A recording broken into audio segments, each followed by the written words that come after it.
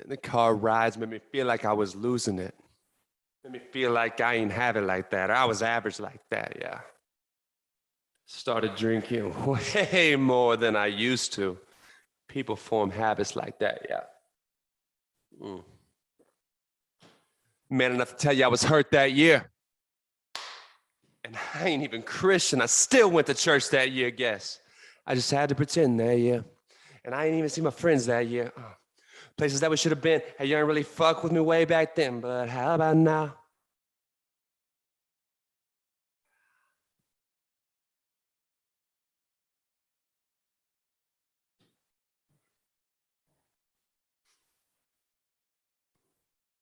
It's so easy to fake a smile.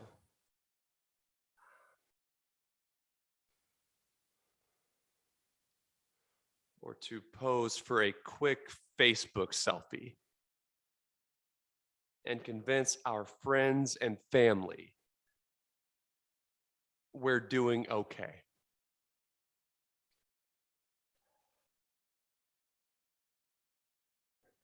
But it's not manly to act tough or harm ourselves or others. It's manly to seek help when we need it and to tell the truth about our mental health.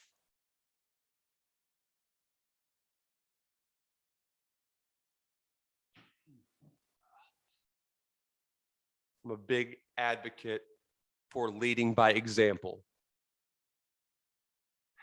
So, here's the truth about my mental health over this past year.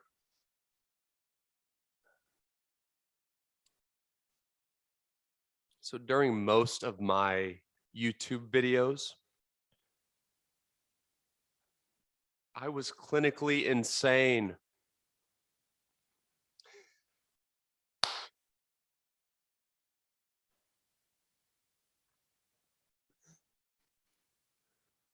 The loneliness, the discouragement, the introverted nature forced to become extrovert.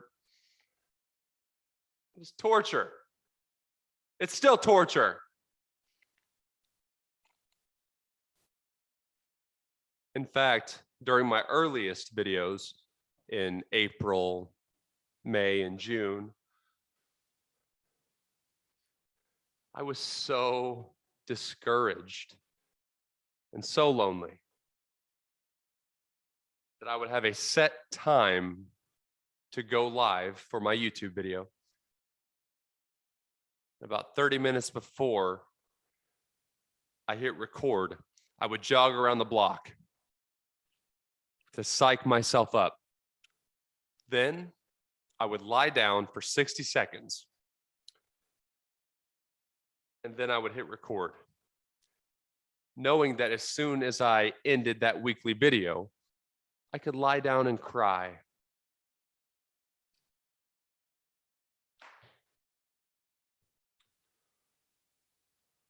I'm glad I did it.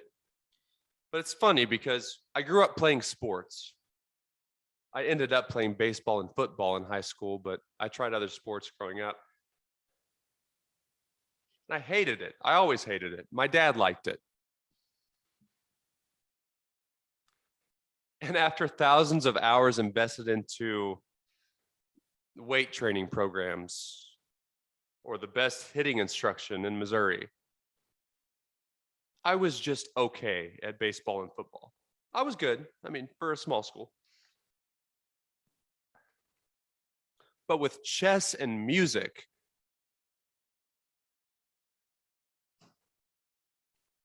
not so much chess, but with music, shit's easy. I don't know what the fuck I'm doing. I've had no formal training almost at all. I've taught myself music theory.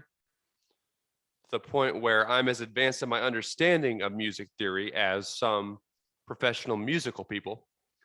I just can't apply it. Like, I probably understand music theory to a pretty close level as someone like Keith Urban. But Keith Urban can apply music theory in front of millions of people. I can't apply it under pressure quickly. But I understand what he's doing. I understand why his scales work. I understand the theory behind it. And it's hurtful still to this day that my family would prefer me be unhappy in a 9-to-5 office job than to pursue my God-given talents, I feel. I don't know that I could ever reach grand mastery in chess because it's incredible what these guys and girls do. I mean, chess is so fucking complicated. It's so fun. I love chess.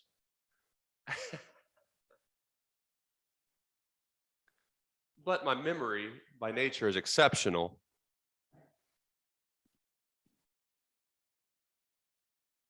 My visual memory, especially with patterns and scales in music.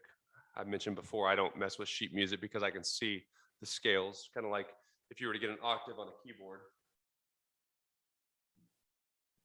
Like, I don't fuck with sheet music because I like the keys. I can see the octaves. I can see one octave in my head, and just the keys just light up in my head.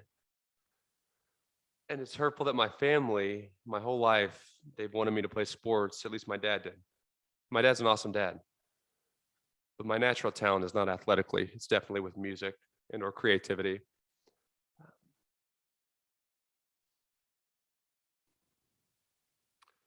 That's my message for this short video. It's so easy to fake happiness, to fake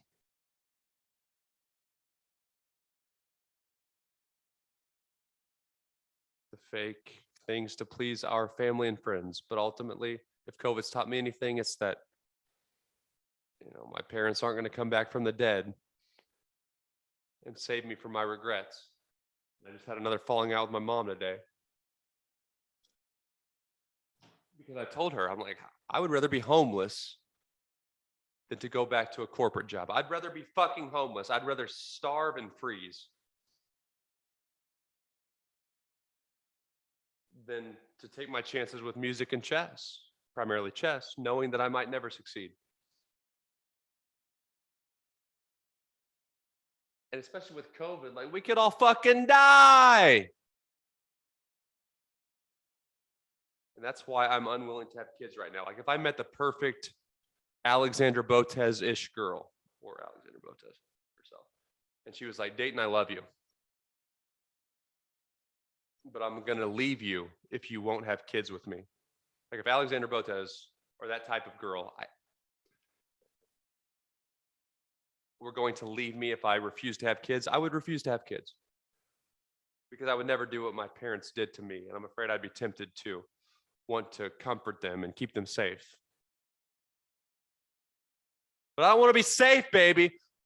I want to play Magnus Carlsen in Madison Square Garden, knowing I'm probably going to lose. Because Magnus is really good at chess. And I didn't play a game of chess until I was 25 years old. But I love chess. And if Magnus smokes me in a nationally televised chess event in Madison Square Garden, I got smoked happily. So parents, please, don't baby your kids. Not everyone does get a trophy. And sometimes your kids will lose because they fucking suck. But that's what makes life exciting, baby. This Magnus might show up drunk. He might blunder his queen and I might fucking get lucky. And that's why I do this shit. Because what's life without a challenge? Also, if Alexandra Botez wants me to stop referencing her as the love of my life and potential wife, I don't mean to be creepy. It's just that she seems to be fairly well educated in mental health. She's very good at chess, exceptionally gifted at chess. She's intelligent, well spoken, and she's beautiful. So, Alexander, if you're listening, how about you stop being fucking perfect? It's not my fault.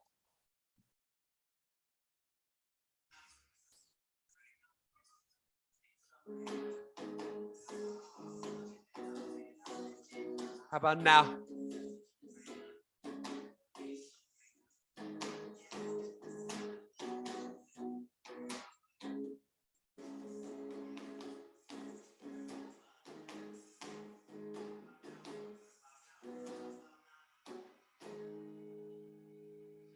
That's all I want to do.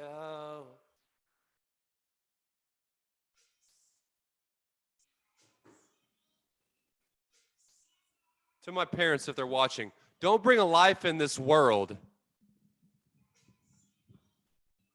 and then try to tell it what the fuck to do. I didn't create the pandemic. I didn't create the world. I'm doing the best I fucking can here. And people need to chill. Bye.